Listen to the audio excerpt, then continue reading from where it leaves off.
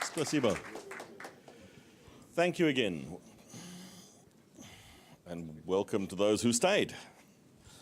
So, the foundations of business agility, but I think before we get into that, we need to understand a little bit about what business agility actually means and why does it matter. And then we'll talk about what do we have to do to our organizations to achieve business agility. But agile organizations need agile people. And a big part of this conversation is what can you do to become more agile in your own mindset and engage and support your organization as you move towards an agile way of working, an agile way of thinking, an agile mindset at work. And I use this symbol, this little picture here that Joseph Falaf actually gave us. Agile is not a noun. Agile is not a thing. Agile is an adjective. It changes something else. And in this context, we're talking about the way it changes the way we work and the way our organizations have to work in order to be effective in the modern world. So when we talk about this thing of business agility, the nimbleness, the ability to adapt quickly while empowering everyone associated with the brand. Moving fast, responding quickly. Renewing itself, adapt, change quickly.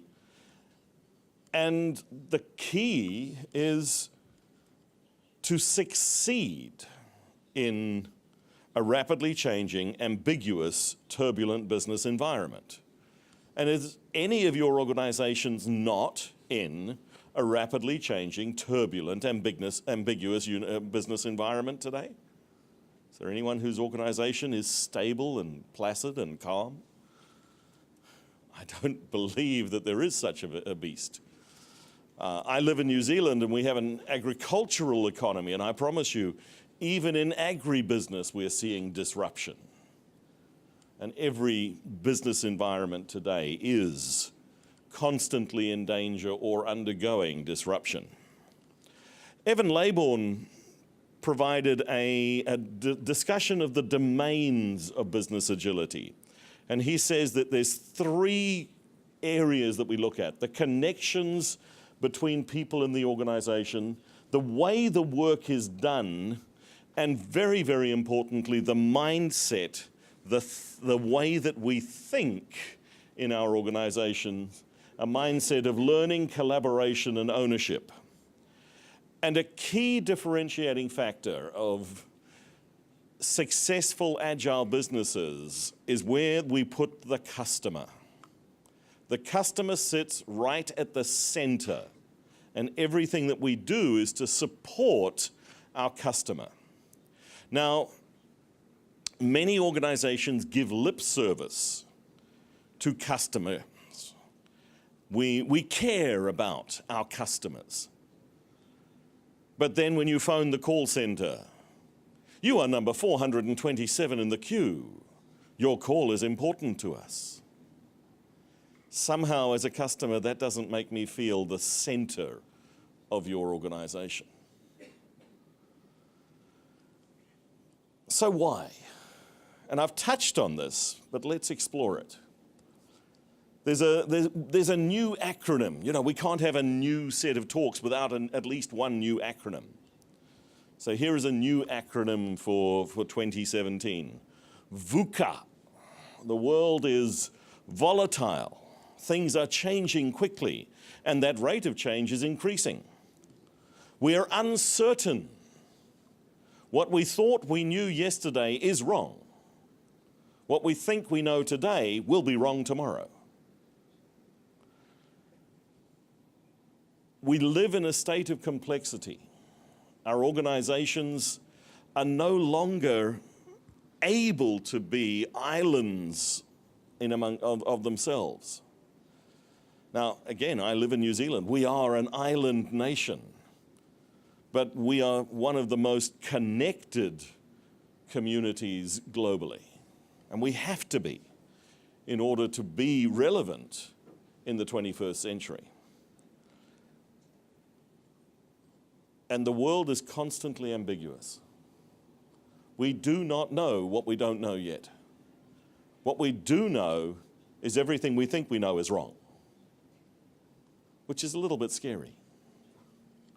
A rapidly evolving, dynamic, chaotic, complex business environment is the norm rather than the exception. And this is why we have to have new ways of thinking, new ways of working. The ideas of business agility, drawing on some of the ideas and principles of agile in software development, but spreading much, much wider. And when we think about the type of work that generates value in our economy today, it's work that is dependent upon human creativity and knowledge. We call it, in fact, knowledge work. That's where the majority of the value in our economy today is coming, and that's where VUCA is constant. So we have to have new ways of working and adapting. Business agility is absolutely crucial for survival in the 21st century workplace, in the 21st century economy. The average duration, the lifespan of large corporations, if we take the Fortune 500, 20 years ago, a company stayed on the Fortune 500 for 65 years on average. Today it's down to 15. How many big brands that existed 10 years ago still exist today? What has happened to them? They've been innovated out of existence. Somebody else has come in and eaten their lunch and their breakfast and their dinner. Well, in order to survive in this VUCA world, we have to have habits and mindsets and ways of thinking that are adaptable, flexible, and that balance all of the different aspects. But we start with the customer at the center. And it's easy for me to say this, but now we've got to look at what are the concrete changes? What are things that you have to be able to do differently?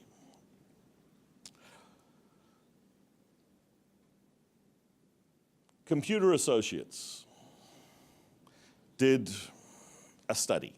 Now, there are lies, there are damned lies, and there are statistics, to misquote somebody. But what's interesting with these studies is they at least tell us some trends. And what they are finding is that in organizations, strangely enough, and we look at the PMO and think that they are often things holding us back because they're all about compliance and rules and so forth. But actually, in many, many organizations, the PMO is becoming the source of innovation because they are realizing and they are seeing that we can't do everything. Everything that needs to be done in the organization, we simply don't have the capacity to deliver. And we don't have the capacity using the old ways of doing work. Departing from a traditional authoritarian approach and taking a much more agile view of the portfolios and the programs of work. Sadly, though, and this is where we start to see disconnect and we start to see organizations disrupting internally and breaking apart, is the other parts of the business that are not going at the same pace and not changing in the same way. So less than 1/3 consider other parts of the organization to be adopting this agile way of thinking. And this is dangerous. If we're delivering product to the market, if our product delivery mechanism is able to release product every 2 weeks or every 2 months, but our marketing program takes a year, then we're completely out of sync. And it doesn't help us that we're building lots of new stuff when we can't tell anyone about it. Nobody knows to buy it. Likewise, our financing models have to change.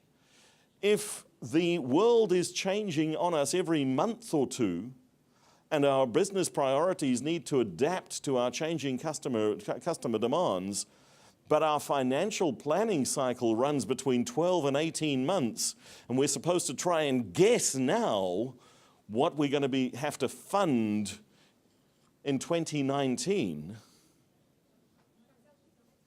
we set ourselves up to fail.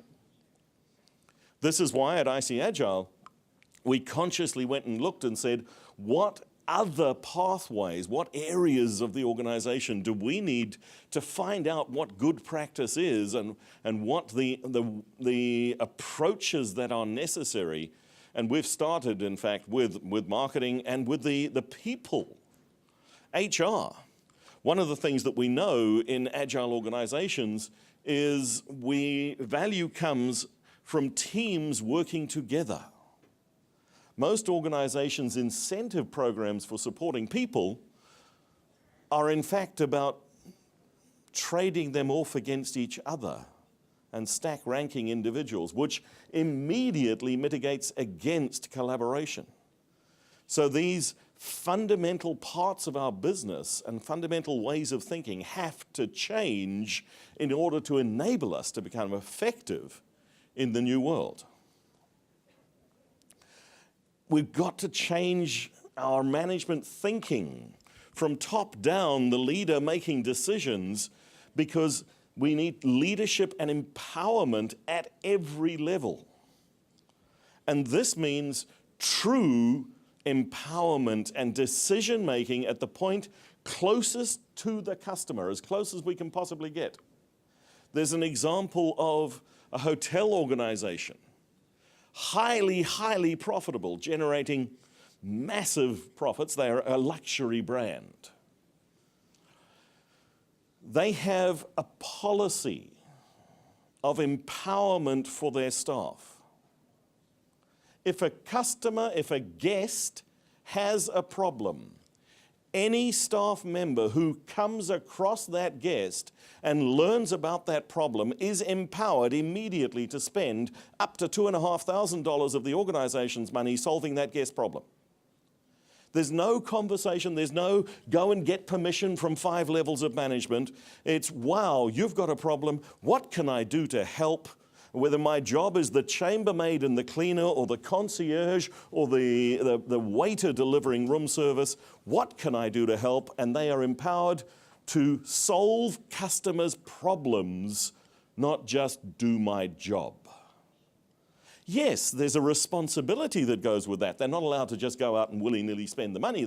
Afterwards, they have to say to somebody, look, I spent $800, this is what I did with it, and this is why. But it's afterwards.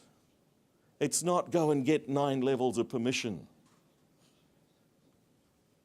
And it's treating the people who work for us as responsible adults and truly putting the customer and the customer's needs at the center. And what we see with customer-centric organizations is profit is the side effect. With profit-centered organizations, profit disappears because customers leave. But with customer-centered businesses, we start to think about value, not about saving and efficiencies. The other thing you hear all too often, do more with less. Well, no, actually, the best thing we can do is stop doing stuff and focus on what we're really good at. And actually do less. There's a mantra that we hear in agile project management. Stop starting in order to start stopping. To be able to finish work, you have to be able to focus on it. We know that time slicing people slows everything down. So keep people focused on one task at a time and do less, but do it better. Get it to done. What's the minimum viable process that we could possibly have? Processes can be useful. Guidelines. Bureaucracy slows everything down. But in organizations with a culture of mistrust, bureaucracy thrives. A well-meaning person makes a mistake. What do? We put in a rule, an item on a checklist. Another well-meaning person makes a slightly different mistake. We put in another rule. And before you know it, you've got a rule, a checklist of 75 things that you have to check before you can, I don't know, get up and go to the bathroom at work, is what it feels like. How do we turn that around? What's the barest minimum that we need, the boundaries and the guidelines, and we start to treat our people as empowered, responsible adults? What a weird thought. Don't we employ them to be responsible adults? That's what we're looking for when we employ them. But we treat them like, actually very often worse than kindergarten children. Kindergarten children have more free rein than most, well, employees. How do we move away from this centralized annual planning and budgeting? We've got to guess what we want in 2 years' time. Rather move towards real-time adaptation and learning, short cycles, rapid feedback. It doesn't mean we can't plan for the future, but we plan from the point of view we know things are going to change. And likewise, with our planning, rather than activity-based milestones, now, by the way, what does 42% of the requirements elicitation mean in any project? But that's a measure. And do we turn that into continuous adaptive rolling wave type planning that changes direction based around what we're learning about where we're going? And the other thing that sucks value from our organization is the projectized cultures. We know, and it's a well understood model of team formation, form, storm, norm, perform. It takes an average team 6 months to become effective collaborators. In most organizations, we wait just long enough for people to become effective collaborators, and then we disband the team. And we wonder why we don't get effective team throughput. A Harvard Business Review article in December 2013 looked at the business value of stable teams and found that just keeping people together for an extended period, 9 months to a year, increased the throughput, the value that these teams were producing to the organization by 30%. If you could increase the ROI of the work that your teams were doing by 30%, by making no other change than keeping the people together. So our organizations have to have some quite different characteristics. We need to move away from rigid hierarchies into small teams and clusters of teams. And we put the customer right at the center of our business. Our hierarchies need to become networks. And there's a lot of well-understood human psychology that actually supports this. The way that we become effective in teams and in groups. Small teams, networks, and clusters of small teams, rather than hierarchies. Empowered individuals, trusted, and really important, safe. This is work from Google. They went and wanted to find out what makes a good team at Google. Now, Google is an analytics organization. They measure everything. And they can afford to have really good measurements and measurement instruments. They got some of the best psychologists to come in and work with them and for them to explore what are the characteristics of good teams. The hypothesis they had going into the research was it's probably something to do with the technical skills on the team, because of course, that's what we think makes good teams, isn't it? If people have got strong technical skills, they're going to be good teams. Well, they were stunned to discover that technical skill had almost no impact on the production, on the formation of high-performing teams. And they found that there were these 5 characteristics. The first one is the single most significant and had more impact than all of the others combined. And this is psychological safety. It translates to a feeling within the team that my colleagues have got my back, that I can make a mistake and nobody's going to attack me for it. They're going to protect me, they're going to help me, they're going to support me, we're going to work together to overcome it. And what is the difference between a good team and a poor team? Well, maybe it's a little bit hard to measure in some of the things that Google does, but one of the areas that they were able to measure it is in the sales teams. Because with sales teams, you've got a very, very explicit metric. It is how much are they selling? Dollars, rubles. Well, what they found in those sales teams, that the presence of psychological safety in a team resulted in an increase in revenue generated by that team above the norm of 21%. The absence of psychological safety in a team resulted in a decrease in sales below the norm of 19%. That is a 40% difference based around one single factor, which is the psychological safety in that team.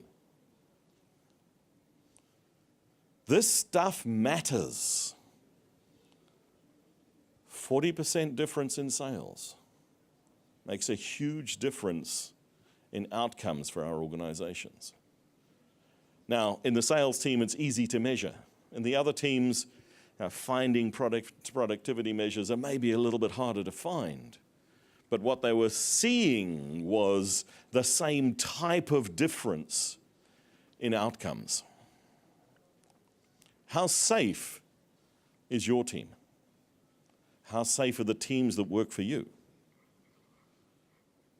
And if they're not safe, what are you losing because of it? The other thing we have to change in our organizations is to take the foot off the accelerator. We know that if we run any system at 100% capacity for an extended period, it breaks down. We get phantom bottlenecks. If we run a human system at anything above 80%, people start to burn out. But how many of your organizations have utilization targets for individuals? And I've seen targeted 110%. So we expect you to work 10% more than what we pay you. So just something wrong there. And what that prevents us from doing is stopping, thinking, learning, and innovating. Learning and innovation happen in the space between activities, in the space between high-pressure work. You need mental capacity to actually be able to learn. And again, the psychological evidence is very clear, and the physiological evidence. If you're feeling pressured, if you're feeling unsafe, you are very, very focused and not able to, one, innovate, and two, learn new things. But how much learning is needed in our organizations today? And we want to create an environment, and coming back to treating people like responsible adults, of aligned autonomy. Trust people to do a good job and give them absolute clarity of where we need to go, and then let them figure out how to get there. Management's role is to create that clarity of direction and outcome, and then unleash these creative people. Give them clear boundaries. And we know from high-performing team research, one of the most important characteristics of high-performing teams is they need clear goals. Because without it, they will solve problems. And they'll carry on solving problems, and they'll solve all the wrong problems really efficiently. But if we point those teams in the right direction, if we have that aligned autonomy, what we end up with is problems that are effectively solved, that enable and support our business goals. So how do we communicate those clear goals?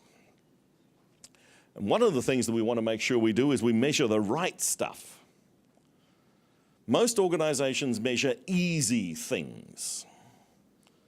Your presence in a workplace, timesheets. Does that tell me anything about how engaged you are and what you have done that is of value to the organization? But yes, I've clocked 9 hours against a project code. So what? And in the creative world, problem solving is our primary responsibility.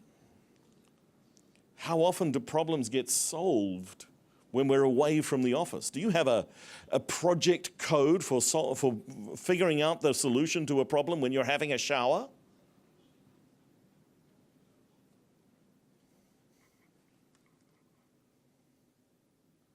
But that's most often where it happens.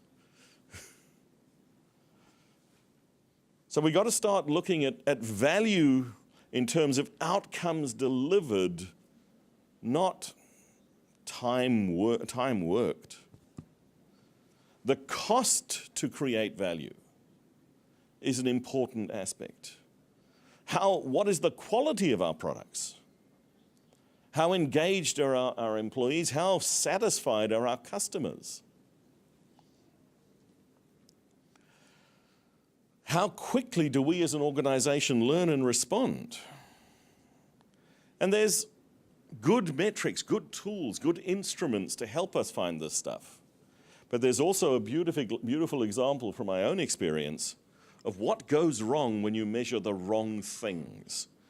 This is an airplane from an airline in Southern Africa.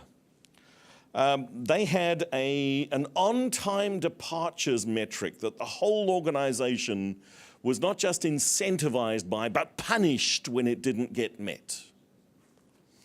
And the organization included, of course, all the engineers and service people. So one of the planes came out of service because there was a bit of a problem, and they rushed to get it back into service. And they took the engine off, did the repair work, put the engine back on, got it back into service in record time. They met the on-time departure statistic. until they were about to take off and the engine fell off, because a number of the bolts were still lying in the hangar waiting to be attached to the engine. Minor issue, they went out of business and never flew again. But they met their target. How many of our targets in organizations are driving us to destroy the organization?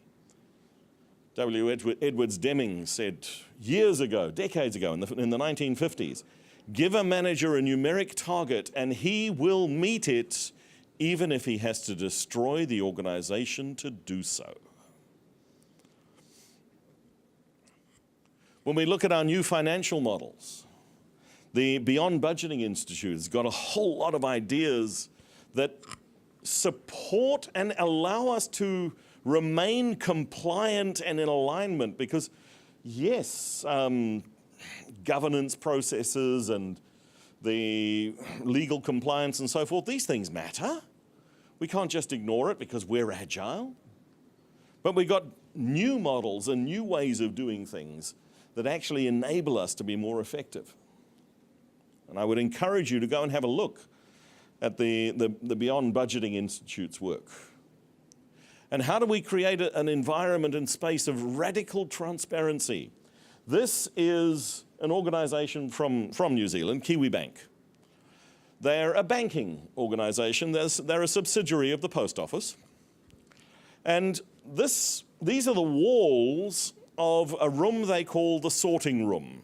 It's a small conference room on the top floor of the head office building, where the executive team meet once a week to examine what's going on. What is the state of our organization? Every one of these post-its is an initiative or a project or something significant that's going on in the business. It's great, the executive can see it. The other really fascinating thing is any person who works for that organization is welcome to walk in and ask questions at any point. Everything that is going on in that organization is visible and transparent. And one of the things I love is this picture over here on the back of the door. Their protocol is, if during a meeting that's held in this room, somebody identifies a topic that we're all avoiding, we call it the elephant in the room, but everyone's consciously ignoring it. Well, they write it on a post-it note and they stick it on the door, and they will not leave the room until they've dealt with the elephant topics. Now that takes safety and courage. What a thought. It also means we actually have to listen. The plan, do, check, act cycle is again something that's been around for many, many years. Well, we need to examine the feedback and respond to it, not ignore it. We also need to examine our organization and find and remove all of the sources of waste, the extra features, the partially done work, things that we do over and over again because we forgot about it and didn't share the knowledge, the handoffs from one group or area to another, delays, task switching, and just building stuff that's broken, defects. There are many ways of identifying and removing the wastes in our system. And lean thinking is a technique, a set of tools to identify and remove wastes. So we need to rethink our organizations, respond at the speed of change, consistently listen to the voice of our customers and respond to it, empower and align our people, move away from resource-based thinking, human resources. You know, a resource is something that is consumed in the production of a product. I'm nobody's resource, nor am I an asset. People are our biggest asset? No. Slavery was abolished. If there's anyone I'm an asset to, it's my wife, and for her I'm probably a liability. Start to think about outcomes instead of outputs, about value over being busy. How do we make innovation a core competency? And how do we change our way of thinking about projects and estimates? Stop pretending that we can predict the unpredictable and look at new funding models, new planning models. And this has got to be real. It's not putting lipstick on a pig. It's making genuine change in our organizations. And this is not easy, as it starts from the top down, but it also has to start with every single individual, and there are things we need to do ourselves to change. First and foremost is think of our mindset around uncertainty, our established set of attitudes and habits. Are we afraid or are we excited by uncertainty? How do we embrace the unknown? We need to become lifelong learners. You never stop learning in a VUCA world. If you do stop learning, you stagnate. You need to be passionately dissatisfied. Don't accept the status quo. Find the ways that we can improve it. Because we've always done it that way is a bad reason to continue doing it. Again, move away from the do more with less to just doing less. Keep focused. Solve one thing, move to the next. Take ownership for your own improvements. It's your responsibility. It's not your manager's or anyone else's in the organizations. And courageously hold yourself and your colleagues accountable for the outcomes that you need to deliver. Become customer fanatical. We talk about, in the user experience space, GOOB, G-O-O-B. Get out of the building. Go and experience what your customers are experiencing. Go and become a customer. Get on the call and call the call center and feel what it feels like to wait for that 2.5 hours. Find who your customers are and what can I do to make their lives better. As an individual, be an entrepreneur in your business, in your organization. Treat everything as an experiment. What can we learn from this? What is the hypothesis?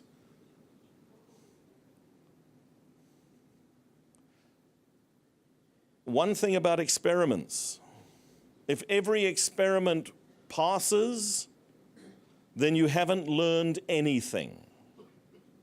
The only time that experiments should consistently pass is when you're teaching children science in high school.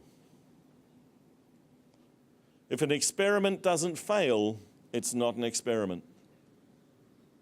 Most of them should fail because we don't know the outcomes. But that means it's got to be safe for our experiments to fail. We come back to that psychological safety. What can we learn? Embrace uncertainty and transform that into knowledge. Carve out time in your daily practices for experimentation and innovation. And be comfortable being uncomfortable. Ooh, that's scary. And this is the things that you have to do. You start by holding up a mirror. For the organization to transform, the people within it have to be willing to transform. It's not something that management does to us. It's something that we do together. And it's everyone's responsibility. And if we achieve that, we can reframe our VUCA world from volatile, uncertain, ambiguous complex and ambiguous, to vision, understanding, clarity, and agility. If our organizations have clear vision, understand the way that they work and who our people are and how we learn, have clarity in sense-making in terms of what we want to achieve, and have the agility to respond to change in order to profit in a turbulent environment, then the VUCA world becomes fun and exciting, rather than scary and overwhelming. But this does require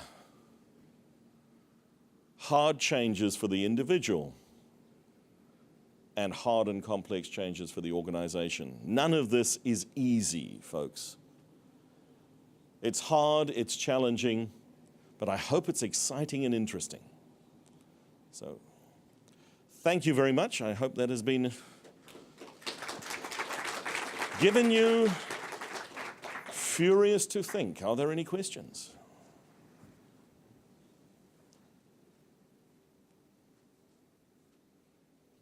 Друзья, смелей.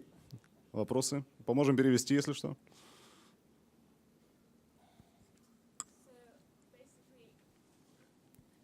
I have one of the questions that I have is personally connected with the top management is how do I make them realize that innovation and change are, you cannot avoid them. How do I make them think that they have to make time for this? I want to say they probably know it already, but are struggling to figure out how to do that. Because in most organizations, the people at the top do actually care, and they know they're looking around them. But what you can do is hold up that mirror and say, okay, look, these are the things that are changing in the ecosystem around us. These are the areas where, one, what's happening on the competitive landscape, what's happening with other organizations like us, but very, very much what is happening in our customer base. So find the voice of the customer and bring that. But in my experience, most senior executives actually get it. Where you've got a problem in many organizations is not at the top, it's in the middle, the marshmallow layer, it's sometimes called, where everything gets squishy. And in those layers, what we have to find is the burning platform. What is the thing that is driving us towards change? Why does this matter?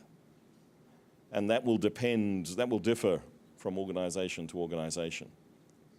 But if you're not being disrupted, it's going to happen soon.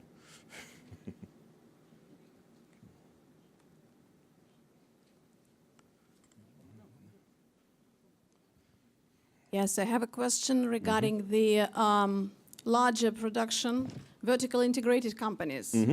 Because from the B2C point of view, it's more or less clear, right? So you can follow your customer, you can see the people, you can follow the path. For the larger organizations, the big, for example, oil companies, what would be your advice?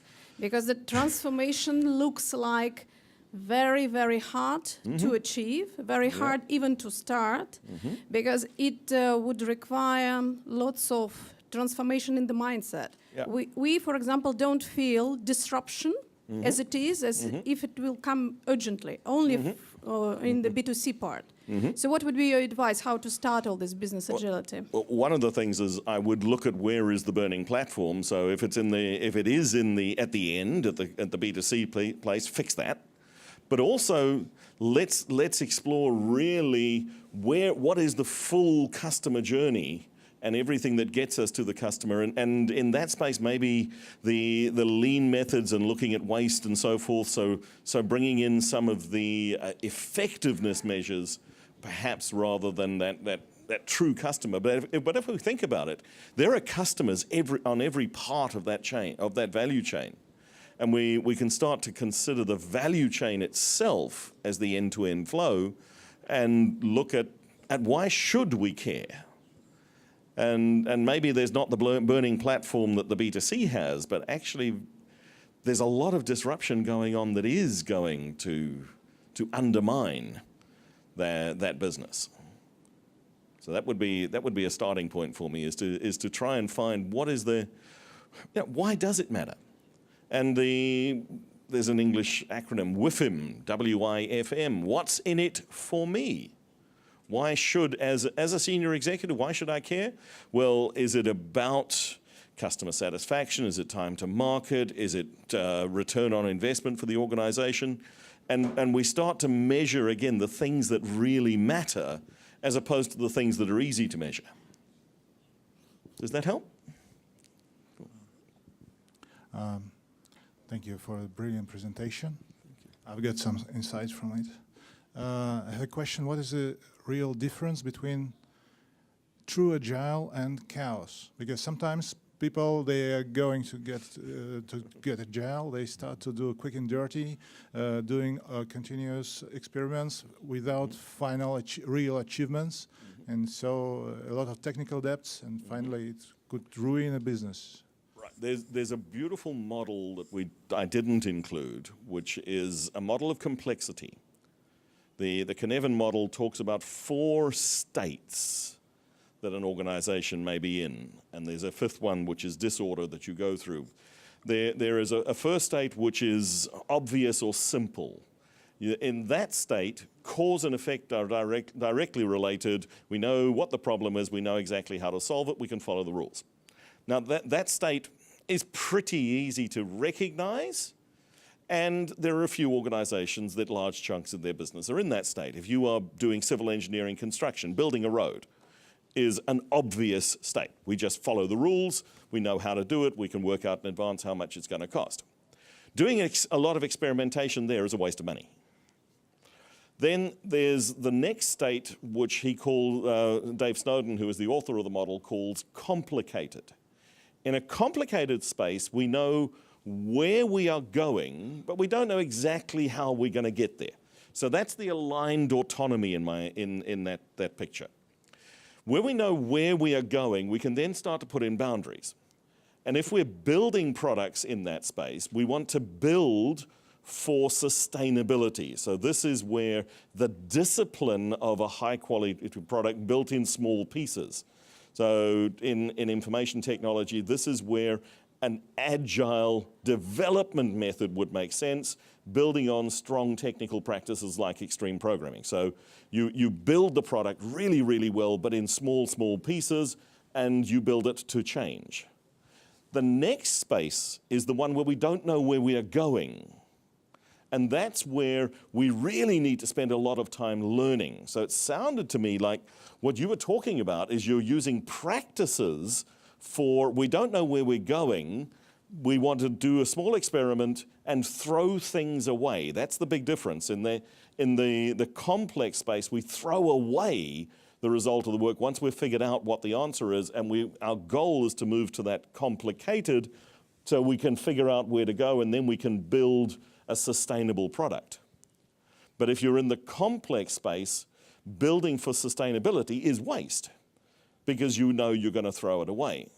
So now we've got to understand what domain are we in when we're doing the work. There's a 4th space, which is chaos, and we try and avoid that at all costs. And maybe that's what your teams have fallen into.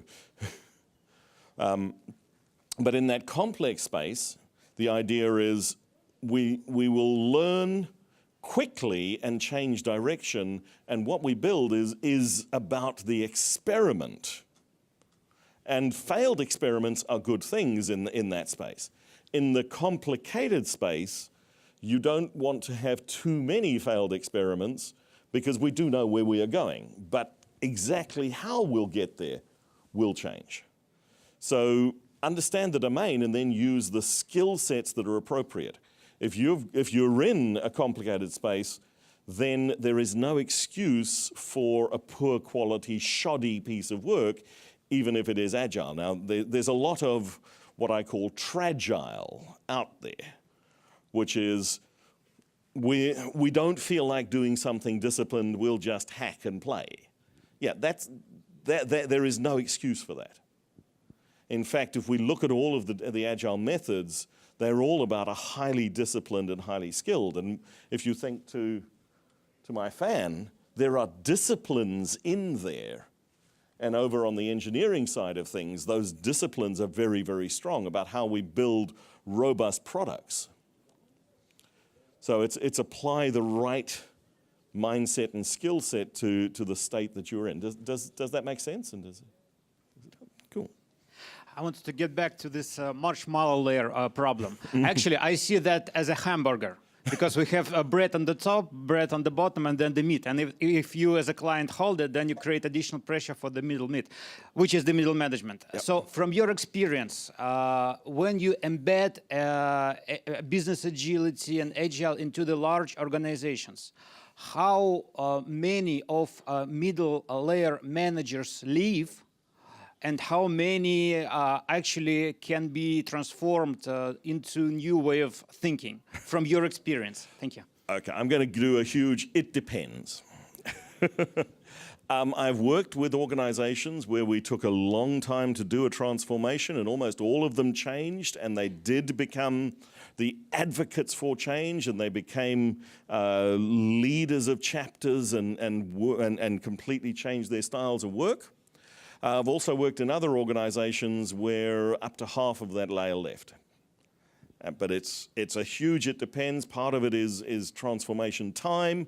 There's a cost involved and all of that. But what we do see, and this is consistent, when we move to those more networked organizations, there isn't as much need for those many layers in the middle. So we have to provide opportunities for those people, and many of them have come out of being strongly operational, and the only reason they got into management was that was the only way they got paid a decent amount. But if we can de-link pay from that career stuff, from that strange growth, many of those managers would love to be highly skilled operational people. Engineering experts rather than managers of engineers, for instance, as an example. Many of them want to be doing that. That's where you find them involved in open source projects because they at least get to be engineers still. Well, if we can create the space that supports them and gives them the salary advantage, well, so much the better. But it's a rethink our organization. Shane, at one more slide, you talked about everything in the organization, like marketing, like human resources should be changed, should have agility. So the question is, do you think that the current department structure of organization is not effective anymore? Silo-based behavior is not effective. Whether or not you have to change the structure of the organization to break the silos, I don't know. But what we do see in those networked organizations is full end-to-end value streams and cross-functional teams with all of the skills necessary. So there's a finance organization that I've worked with over the years, and they have moved from separate departments to full product line cross-functional streams, where in that product line they've got process designers, they've got technical computing staff, they've got lawyers, they've got marketing people, they've got product management people, they've got call center support, everything in that single product line. And human resources and accounting. Human resources and accounting inside there as well. Then there are the disciplines that span, and they become communities of practice. So my HR teams are spread across the product lines, but they also are a single community of practice so that there is consistency in HR rules within the organization, for instance. But they're embedded within the team, the individuals. And we see that with almost all of the disciplines. Now, that takes a long time to get to, but what we do see is that's more effective. True cross-functional teams that provide all of the support that is needed, caring about maybe a single product line or a single customer segment.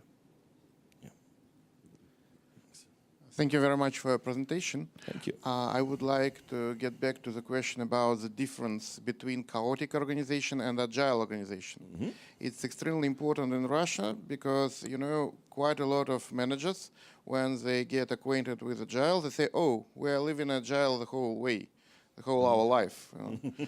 So you put a blame on checklists, but can you please maybe suggest 5-point checklist how to understand when you come to organization, is it an agile organization or it's a chaotic organization? Right. Well, checklists are not necessarily bad, but they provided they're used in the right way. Where an example of switching a checklist around would be some work I did with a banking organization where we were in the treasury department. Now, that's a highly regulated area of the business, and the compliance was a very, very important aspect. So with them, we got the auditors involved and we worked out a simple checklist that proved that we were audit compliant, and then instead of having somebody external check it, the team checked it, but they had to prove and maintain that auditability. For me, it comes down to the discipline.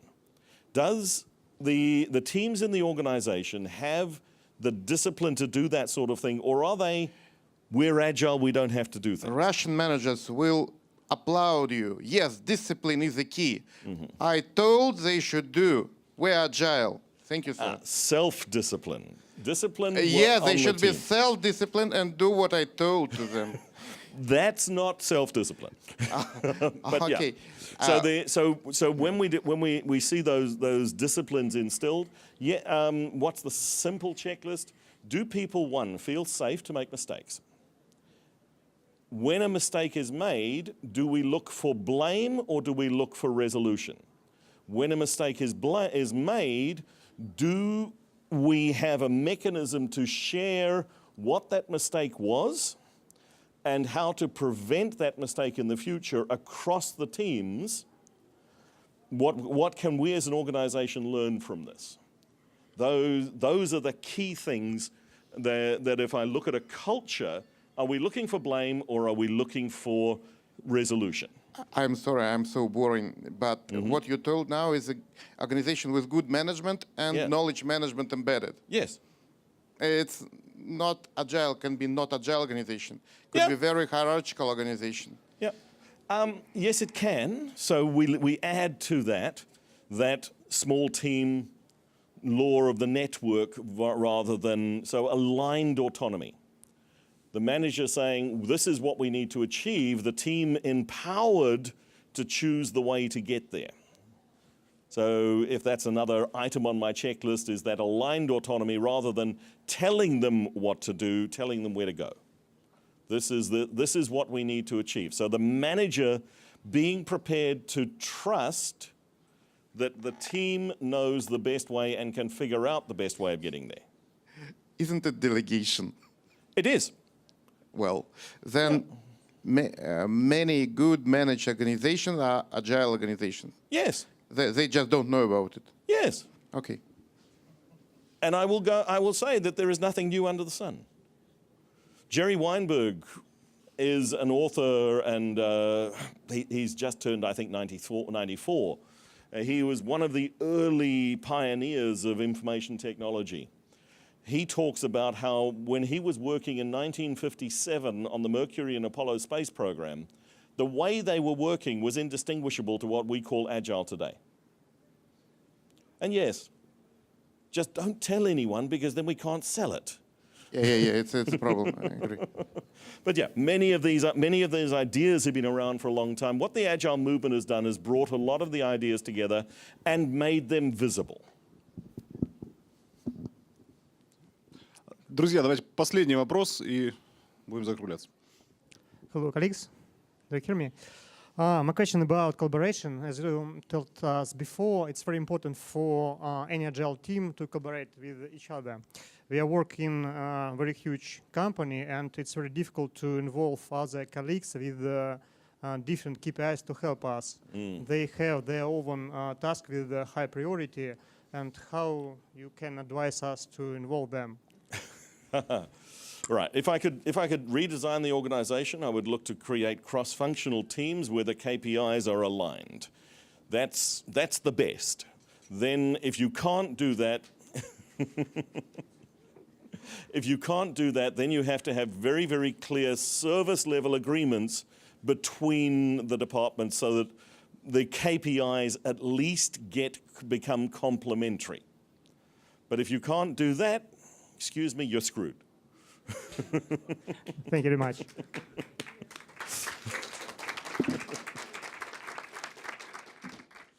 Thank you, Shane.